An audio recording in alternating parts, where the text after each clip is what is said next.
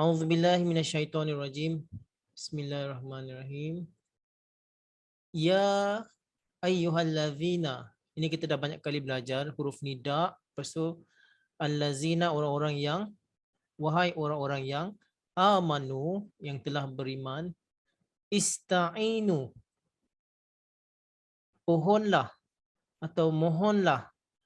Ini kita pun dah baca dalam surah Al-Fatihah, iyyaka na'budu wa iyyaka nasta'in. Di sinilah, hanya pada engkau kami mohon, kami menyembah, dan hanya kepada engkau kami mohon pertolongan. Inilah ista'inu, mohonlah pertolongan, bi dengan as-sabri, dengan sabar, wa dan solat, dengan solat. Inna, sesungguhnya Allah ma'a, beserta, as-sabirin, isim fa'il jamak bagi sabir. Sabirin, orang-orang yang sabar. Jadi terjemahannya yang mudah, wahai orang-orang yang beriman, ya ayyuhallazina amanu sta'inu bis-sabri was-salah innallaha ma'as sabirin. Maksudnya, wahai orang-orang yang beriman, mohonlah pertolongan dengan sabar dan solat. Sesungguhnya Allah beserta dengan orang-orang yang sabar. Jadi yang penting sekarang kita kena tahu makna ini dahulu. Sabar. Apa yang dimaksudkan dengan sabar? Sabar ini ada makna asalnya, iaitu kita menahan diri dari beberapa perkara, dan dia mengandungi banyak makna. Antara makna sabar ini iaitu kita menahan diri daripada musibah yang menimpa kita. Bila ada musibah menimpa kita atau kesusahan menimpa kepada kita, dan selain daripada Allah Ta'ala, kita tidak mengadu kepada siapa-siapa pun, hanya mengadu kepada Allah SWT, itu pun maksud sabar. Dan apabila seorang hamba, apabila dia dilanda musibah, lalu dia berdoa kepada Allah SWT, mengadu kepada Allah SWT, ini bukanlah bermaksud dia tidak sabar. Ini juga termasuk sabar kerana dia mengadu dan hanya berdoa kepada Allah Subhanahu Wa Taala. Itu pun maksud daripada sabar tadi. Jadi sebenarnya sabar ini ada banyak makna, dan sabar adalah satu sifat yang sangat mulia, yang sangat terpuji. Jadi dalam Al-Quran juga ada beberapa tempat juga digambarkan di mana apabila seseorang itu sedang berhadapan dengan musuh dan dia terpaksa menghadapi kemusykilan, kesusahan, kepayahan, kan, walaupun serangan musuh yang hebat tapi dia tidak mengundurkan diri, di situ pun dikatakan dia itu seorang yang berani. Ini pun dah masuk dalam kategori sabar juga.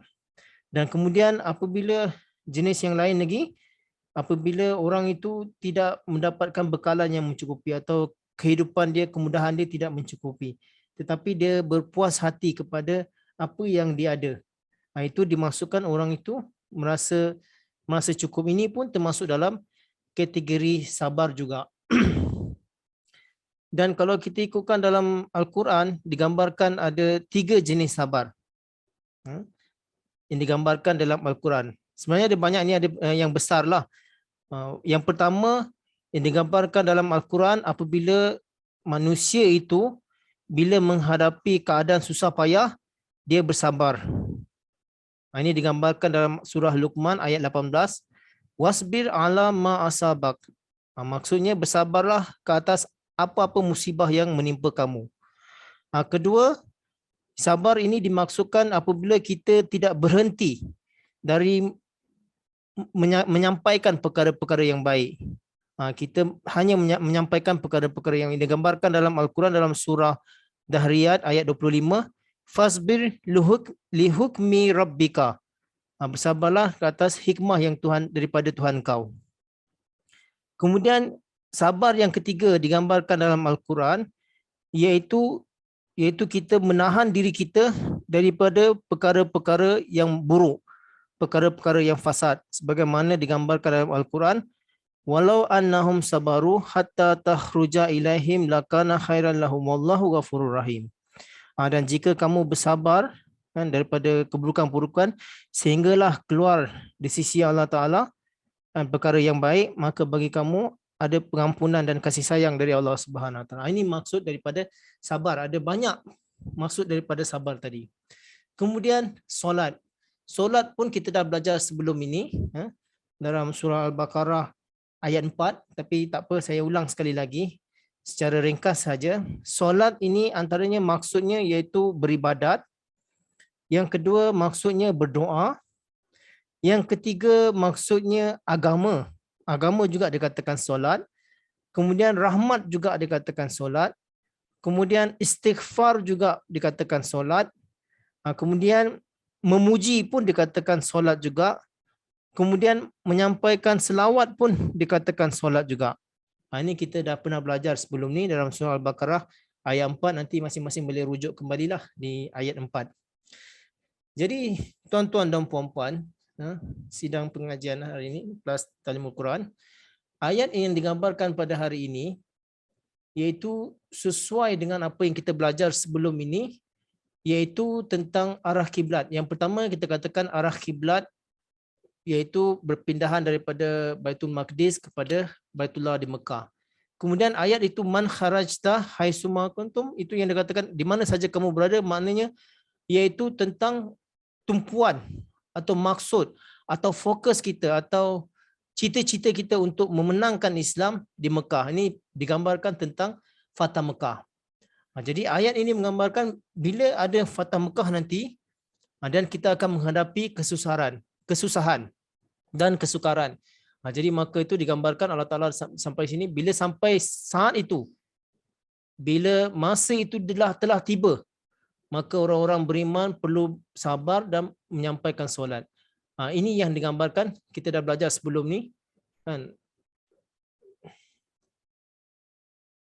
Apabila orang-orang Islam, wa min haitsu kharajta di sini dan banyak lagi. Dan sini pun wahai suma kuntum. Dan semua ni ayat sebelum ni digambarkan tentang Fatah Mekah. Okey. Jadi di sini adalah gambarannya bahawa bila keadaan itu tiba dan akan menghadapi peperangan waktu itu, dan orang-orang Islam, orang-orang beriman perlu memohon pertolongan dengan Allah SWT dengan sabar, dengan solat. Ini yang digambarkan tadi. Dan apa pun pekerjaan kita, kalau kita tidak melakukannya dengan sabar, dengan solat, maka pekerjaan itu akan hilang daripada berkat. Jadi Allah Ta'ala dari awal telah memperingatkan kepada orang-orang Islam bahawa bila saat itu tiba nanti, janganlah kita, orang-orang Islam nanti terlepas daripada sabar dengan solat. Kenapa sabar? Yang pertama, sabar ini bahawa nanti bila ini terjadi, mereka akan berhadapan sama seperti yang perang-perang terdahulu, mereka akan berhadapan dengan saudara-saudara mereka. Mereka terpaksa berlawan dengan saudara-saudara mereka. Kemudian ada juga akan kehilangan. Sebelum itu pun dah ada peperangan juga, ada banyak. Dalam peperangan ada berapa orang sahabat telah meninggal dunia, telah syahid. Dalam perang Uhud pun ramai yang telah syahid. Jadi di situ pun digambarkan perlu bersabar. Kemudian mohon pertolongan dengan solat. Satu waktu Rasulullah SAW kehilangan seorang anak saudaranya dalam satu peperangan. Jadi Rasulullah SAW menangis bila mengenangkan anak saudaranya itu. Jadi bila sahabat melihat Rasulullah SAW, sahabat pun bertanya, ya Rasulullah, apakah Tuan juga menangis? Apakah Hazur juga menangis? Lalu Rasulullah SAW mengatakan, aku menangis sebab Allah SWT telah meletakkan rasa sedih. Dan itu kita tidak dilarang untuk menzahirkan rasa sedih kita. Tetapi janganlah sampai kita meratap, meraung, itu yang dilarang. Tapi Rasulullah SAW tetap juga menangis, menzahirkan rasa sedih. Jadi sahabat pun bertanya dan Rasulullah menjawab seperti itu. Jadi bukanlah meratap, meraung, tapi bersedih, dan itu tidak dilarang. Dan yang dilarang itu adalah kita apabila kita meratap, meraung, terpekik, kan? Itu yang dilarang. Jadi Rasulullah SAW mengajarkan sahabat-sahabat juga bila keadaan ini berlaku, mereka perlu sabar dan melakukan solat. Dan solat ini sekali lagi sangat penting. kalau kita ingin mencapai kemenangan apa-apa pun pekerjaan juga perlu dilakukan dengan solat. Jadi sabar ini dalam bentuk jasmani dan solat ini dalam bentuk rohani. Jadi kedua-duanya perlu kita lakukan. Jadi sebenarnya inilah inti daripada ayat dalam surah Al-Fatihah yang sering kita baca dalam Al-Quran Karim, dalam surah Al-Fatihah, iaitu iyyaka na'budu wa iyyaka nasta'in. Hanya kepada engkau lah aku sembah dan hanya kepada engkau lah aku sembah dan hanya kepada engkau lah kami meminta pertolongan. Inilah intinya. Maksudnya cara dia bagaimana kita perlu bersabar tadi. Sabar saya dah terangkan dalam hal lugat tadi, bagaimana dalam banyak perkara kita perlu sabar. Kemudian solat saya dah gambarkan bagaimana tadi bahawa solat itu adalah caranya kita perlu beribadat kepada Allah Subhanahu Wa Taala. Caranya kita perlu melakukan kebaikan dan kita perlu banyak beristighfar. Dalam hal lugat tadi juga saya sampaikan, dan kita juga perlu banyak menyampaikan puji-pujian kepada Allah Subhanahu Wa Taala. Dan solat juga bermaksud kita perlu banyak berselawat ke atas junjungan Nabi Muhammad sallallahu alaihi wasallam. Jadi kesemua itu kalau kita lakukan, barulah kita mendapatkan pertolongan daripada Allah Subhanahu Taala. Bukan mudah kita nak dapatkan pertolongan daripada Allah Subhanahu Taala. Jadi semua tadi kita perlu lakukan. Di mana solat itu adalah ibadat, kemudian kita perlu berada dalam syariat Islam, kita perlu banyak beristighfar, kita perlu banyak memuji zikir kepada Allah SWT, dan kita perlu banyak berselawat ke atas Nabi Muhammad sallallahu alaihi wasallam. Itu baru dikatakan sempurna solat kita. Jadi solat yang seperti itu yang dimahukan dalam ayat ini. Jadi kita lihat dalam dunia ni pun, kalau kita lihat dalam satu pekerjaan, kalau kata kita dah masuk dalam universiti, kalau kita nak lulus sesuatu ujian, ada banyak perkara yang kita perlu jawab dalam universiti ujian itu. Banyak perkara kita perlu jawab, satu persatu kita kena jawab. Dan kalau kita tersilap saja satu soalan, contohlah ada dalam 10 soalan. Kalau satu soalan saja kita silap, kita pun jadi risau. Oh, bagaimana soalan tadi aku jawab silap ke, salah ke, aku tak akan dapat markah yang penuh, aku tak dapat markah yang baik. Jadi kita akan menjadi risau. Itu dari segi duniawi. Jadi begitu juga dari segi rohani. Kalau kita inginkan pertolongan daripada Allah SWT, kalau kita inginkan kejayaan, dia ada ujian dia. Ada senarai dia yang perlu kita lakukan. Seperti yang saya katakan tadi, perlu berada dalam syariat, perlu banyak istighfar, perlu banyak berzikir kepada Allah SWT, perlu berdoa, perlu banyak berselawat ke atas Rasulullah sallallahu alaihi wasallam. Jadi semua itu kita lakukan, barulah kita dapatkan ini. Dengan sabar. Jadi tak boleh. Dan di dalam ayat ini bagaimana Allah Ta'ala dah gambarkan filsafah solat yang sebenar. Iaitu kita lakukan dengan penuh kesabaran, dengan solat yang penuh tekun. Bukannya solat batu kita susah, baru kita, apabila kita nakkan sesuatu, barulah kita berdoa. Baru berapa minggu, berapa 2-3 minggu atau sebulan kita berdoa, kita tak dapatkan, kita mengadu. Apalah solat, tak ada apa-apa pun solat tu, apa yang aku minta semua tak dapat. Bukan seperti itu. Ayat ini digambarkan bukan solat yang seperti itu. Solat itu perlu ada kesabaran dalamnya. Seperti yang saya sampaikan juga sebelum ini, bagaimana ada seorang orang soleh, dia solat sampai berpuluh-puluh tahun. Tapi malaikat menjawab bahawa doanya itu tidak akan dikabulkan. Satu hari adalah suatu anak murid yang baru datang ke masjid itu. Dia pun solat di sebelah orang suci ni, orang warak ni. Dia pun mendengar malaikat menyampaikan kepada orang itu bahawa ketika solat bahawa segala doa-doanya itu tak akan dikabulkan. Lalu ditanyakan kepada orang itu, kenapa dia masih terus berdoa? Sebab doanya semua itu tidak akan dikabulkan. Apa jawab orang soleh itu? Dia kata, wahai anak, kamu baru saja berapa hari di sini. Saya dah 20 tahun, dah 30 tahun di sini. Perkara yang sama saya dengar. Tetapi bukan wewenang saya. untuk mengabulkan doa itu adalah kehendak Allah Subhanahu Wa Taala. Tapi tugas saya perlu berdoa, perlu memohon kepada Allah Subhanahu Wa Taala. Jadi inilah kan ini masukkan sabar dan solat. Akhirnya keesokan harinya malaikat datang lagi mengatakan bahawa segala solat-solatnya itu telah dikabulkan oleh Allah Subhanahu Wa Taala. Jadi itu makan masa. Nanti saya akan terangkan lagi kalau siapa ingin tahu lebih lanjut tentang ini. Kemudian innallaha ma'as sabirin, sesungguhnya Allah Subhanahu Wa Taala berserta dengan orang-orang yang sabar. Jadi sebenarnya ada pertanyaan, apakah Allah SWT berserta dengan orang-orang sabar saja, bagaimana perginya orang-orang yang solat? Kan tadi sabar, ni solat. Sebenarnya ayat ini Allah SWT ingin sampaikan bahawa sebenarnya orang yang sabar tadi, sabir tadi, iaitu orang-orang yang tetap sabar dan tetap mendirikan solat.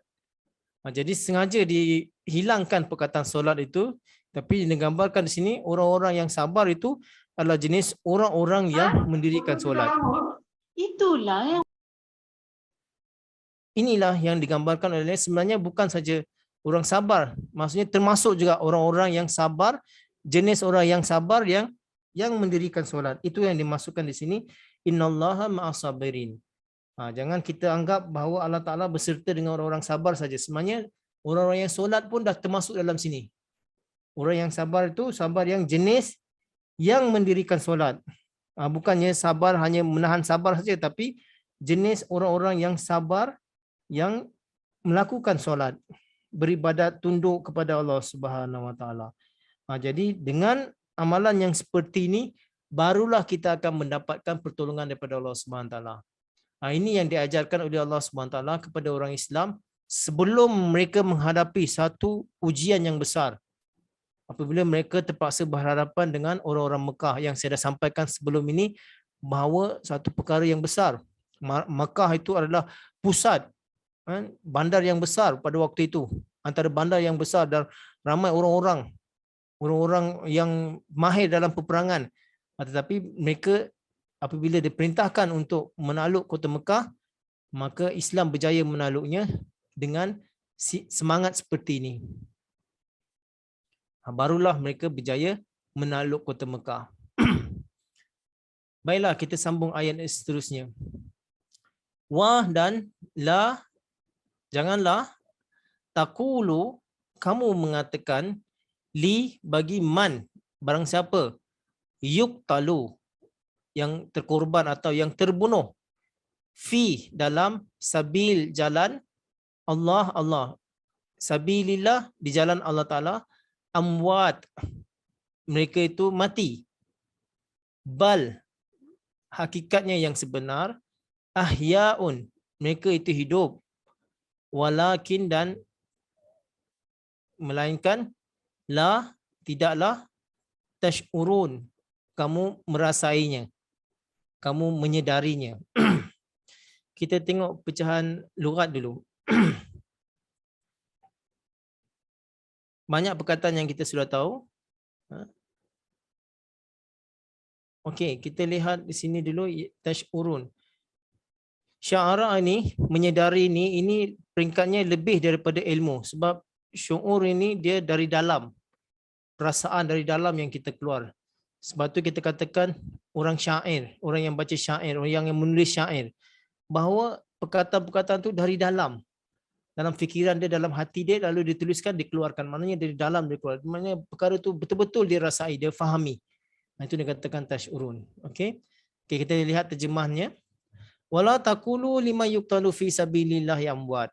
Dan janganlah kamu katakan barang siapa yang terbunuh di jalan Allah Subhanahu taala mereka itu mati. Bal ahya'u walakin la tashurun. Pada hakikatnya mereka itu hidup, tetapi kamu tidak merasainya, tidak mengetahuinya.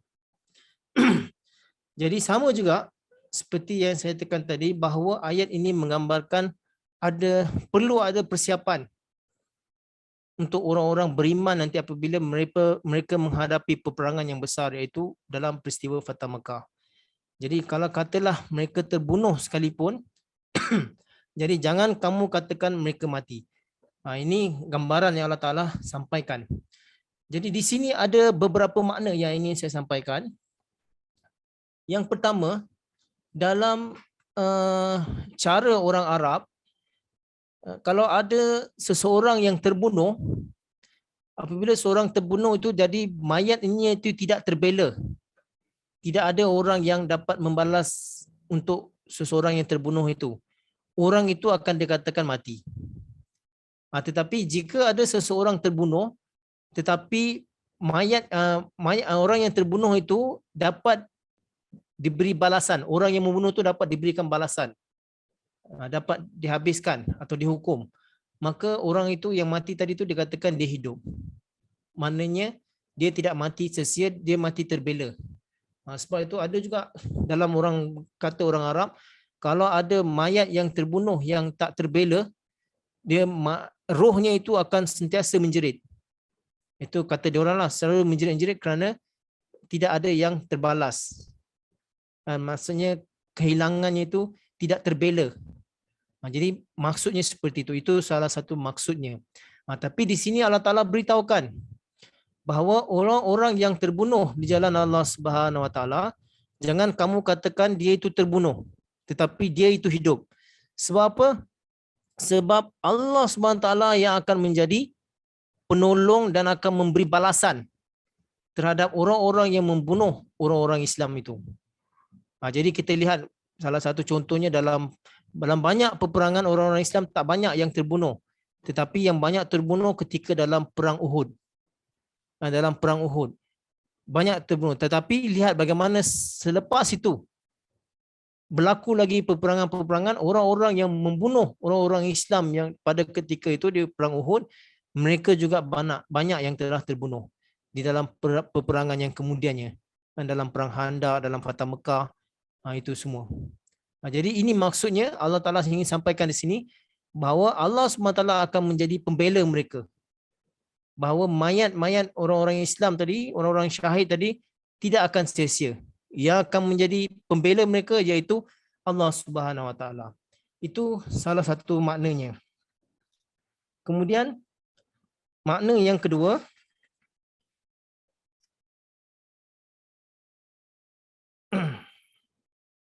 makna yang kedua, kalau orang-orang yang beriman ini, orang-orang yang pejuang ini, yang berjuang di jalan Allah Subhanahu Wa Taala, kalau dia meninggalkan pekerjaan yang baik dan pekerjaan itu ada penerusnya yang melakukan pekerjaannya itu, jadi itu pun tidak dikatakan orang itu mati. Ini pun cara orang-orang Arab pada waktu itu, bahawa kebaikan itu diteruskan. Maknanya ada penggantinya. Jadi orang itu dikatakan tidak mati. Tetapi kalau orang itu mati, tapi dia tidak meninggalkan pekerjaan yang baik dan tidak ada penerusnya, itu dikatakan orang-orang yang mati. Jadi nanti ini semua pun kita boleh kembangkan lagi insya-Allah Taala. Jadi ini maksud yang kedua, orang-orang yang berjuang di jalan Allah SWT yang melakukan pekerjaan-pekerjaan baik dan sekalipun dia telah meninggal dunia, tetapi pekerjaan itu ada penerusnya, malah lebih lagi, barulah dikatakan orang itu tidak mati. Contohnya dalam peperangan tadi kan, orang-orang Islam ada yang berperang, mereka sangkakan mereka mati, tetapi Islam makin kuat, makin bertambah, makin banyak lagi pahlawan-pahlawan keluar. Walaupun pahlawan-pahlawan yang sebelum itu telah gugur, tapi lahir lagi pahlawan-pahlawan lagi yang lebih berani lagi, yang lebih terancang lagi untuk memenangkan Islam. Itu salah satu contoh, dan sebenarnya ada banyak lagi contoh, nanti kita akan terangkan. Kemudian yang ketiga, maksudnya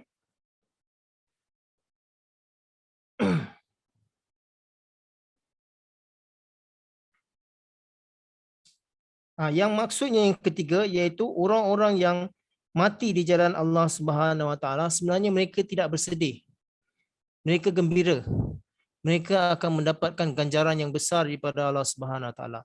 Kedudukan syahid yang mereka akan dapatkan itu, mereka akan bergembira di atas itu. Mereka tidak ada rasa sedih pun. Dan ini pun janji Allah Subhanahu Wa Taala. Mereka akan dapat memberi syafaat kepada ahli keluarganya. Sebab itulah ada di kalangan ahli keluarga, mereka tidak bersedih. Kalau ada di kalangan ahli keluarga mereka itu mendapat kedudukan syahid atau mati syahid. Sebab mereka yakin bahawa keluarga yang mati syahid ini, mereka di sisi Allah Subhanahu Wa Taala nanti di akhirat mereka dapat memberikan syafaat kepada ahli keluarganya. Jadi mak, ayah atau abang atau saudara ke anak ke, mereka akan bangga kalau ada ahli keluarga mereka yang mati syahid. Sebab ahli syahid ini akan menjadi orang yang dapat memberi syafaat kepada ahli keluarganya di hari akhirat nanti. Kemudian makna yang keempat iaitu orang-orang yang syahid ini dia akan mendapatkan kedudukan yang tinggi di sisi Allah Subhanahu Wa Taala dibandingkan orang yang lain. Digambar kalau orang lain kalau dah mati, dia akan ada di alam barzakh, dia akan dikira kan, kebaikan dia, keburukan dia, dia boleh menunggu. Kalau markah dia kurang ke, nanti boleh ditambah dengan doa-doa anak-anak atau amal jariah daripada anak-anak dia. Doa anak-anak yang soleh itu akan ditambah. Kalau keburukan akan kurang. Itu ada alam petengah, dikatakan alam barzakh sebelum masuk ke dalam alam akhirat. Tapi digambarkan untuk orang-orang yang syahid ini, dia dalam masa 3 hari saja dia akan dihidupkan dan akan dimasukkan ke dalam syurga. Itu yang dikatakan di sini, bal ahya'un walakin la tashurun, bahawa mereka itu hidup tapi kamu tidak merasainya, kamu tidak menyinari. Itu orang-orang kafir lah, kalau orang-orang yang tak memahaminya. Tapi orang-orang syahid ini dia mendapatkan kedudukan yang tinggi daripada Allah SWT. 3 hari saja mereka akan dihidupkan kembali, mereka tidak melalui proses alam barzakh yang lama. Kalau ramai di kalangan kita akan melalui proses alam barzakh. Ini nanti saya terangkanlah kalau siapa ingin tanyakan lebih lanjut alam barzakh. Tapi alam barzakh tu ada proses yang lama juga. Tapi untuk orang syahid 3 hari saja digambarkan dalam hadis. Jadi tuan-tuan dan puan-puan, di sini kita lihat bagaimana Allah Ta'ala cuba sampaikan filsafah tentang hidup dan mati seseorang itu dengan begitu halus sekali. Allah Ta'ala telah memberi keterangan bahawa orang-orang yang mati, orang yang syahid di jalan Allah Subhanahu Wa Ta'ala, bahawa kedudukan mereka itu sangat tinggi, bahawa kedudukan mereka itu hidup di sisi Allah Subhanahu Wa Ta'ala. Kita lihat bagaimana sebagai contoh Hazrat Hussein ketika dia disyahidkan. Dia pun gembira bahawa dia akan mendapatkan kedudukan syahid. Jadi kita lihat bagaimana pengorbanan, perjuangan daripada Hazrat Hussein radhiyallahu anhu. Sampai sekarang orang kenang sejarahnya. Sampai sekarang orang berusaha ingin meniru cara hidupnya, gaya hidupnya. Dan ada orang yang menamakan anak-anaknya dengan nama Hussein. Tapi kita lihat bagaimana siapa yang menganiaya Hussein, Hazrat Hussein, iaitu Yazid. Siapa yang mengenang Yazid? Kecuali orang mengenang dia dengan rasa benci kepada Yazid. Begitu juga kita lihat dibandingkan Rasulullah SAW dengan Abu Jahal.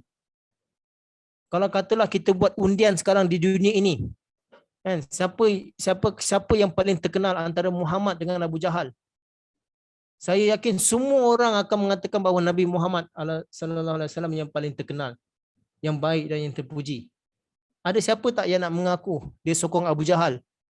Takkan ada orang yang mengaku dia akan menyokong Abu Jahal. Kalau nak ikutkan sampai sekarang pun ada juga keturunan Abu Jahal, anak keturunan yang ada hidup sampai hari ini. Tetapi ada tak anak keturunan mereka bangga mengatakan bahawa mereka ni daripada keturunan Abu Jahal? Tak ada. Tetapi nama Nabi Muhammad SAW terus hidup sampai ke hari ini. Inilah yang dimasukkan bal ahya'un walakin la tashurun, bahawa orang-orang yang berjuang di jalan Allah SWT itu hidup. Ini yang dimasukkan di sini.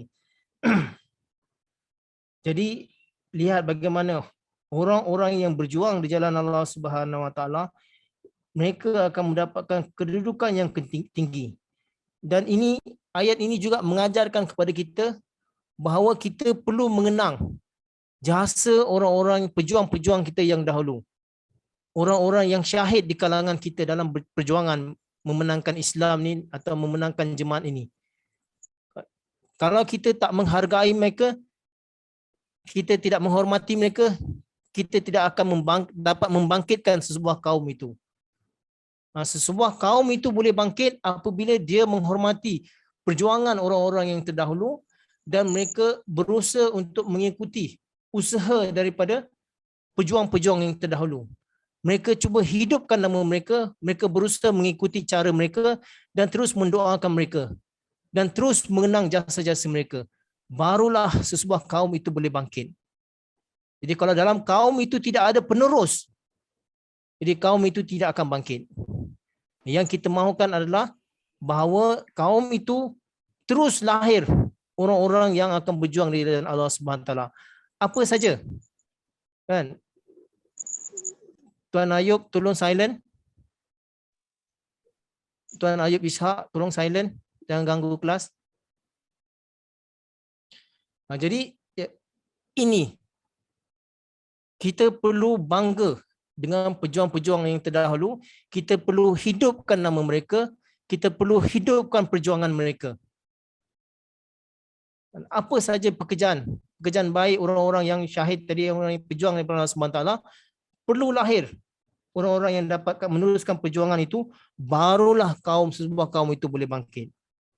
Jadi tuan-tuan dan puan-puan, kita perlu sedar akan hal ini. Ayat ini memang pendek saja, tapi sangat besar maknanya. Jadi orang-orang yang berjuang Allah SWT ini akan hidup. Nama mereka perlu kita hidupkan, perlu kita segarkan, perlu kita kenang. Dan perlu kita berusaha untuk melakukan sama seperti mereka atau lebih lagi daripada mereka. Sebab tu dalam jemaat kita ada Hari Muslim Maut sebagai contohnya.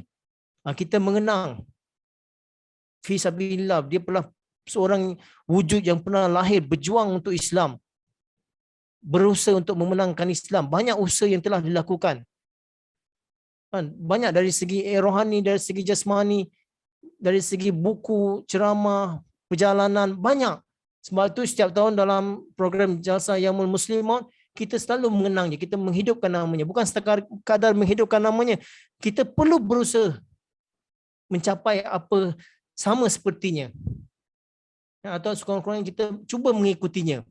Ini yang dimasukkan orang-orang yang terbunuh di jalan Allah SWT, mereka tidak mati tetapi hidup. Dan banyak lagi sebenarnya, tapi nanti kita akan kembangkan lagi dalam sesi perbincangan atau sesi soal jawab. Walakin la tashurun, seperti yang katakan tadi, tashurun ini dari dalam. Orang-orang yang tidak faham tu mereka tak akan faham. Tapi orang-orang yang faham, orang-orang yang mempunyai kerohanian yang tinggi, mereka akan faham akan perkara ini. Bahawa orang-orang yang berjuang di jalan Allah Subhanahu Taala, mereka itu tidak mati. Mereka akan terus hidup, namun mereka akan segar. Orang-orang akan terus mendoakan mereka. Mereka akan mendapat kedudukan yang tinggi di sisi Allah Subhanahu Taala. Semoga kita semua akan sama seperti orang-orang yang syahid sebelum kita juga dapat mencapai kedudukan yang tinggi di sisi Allah Subhanahu Taala. Untuk kelas kita pada hari ini, jazakumullah khairan atas perhatian semua. Wabillahi taufiq wal hidayah. Assalamualaikum warahmatullahi wabarakatuh.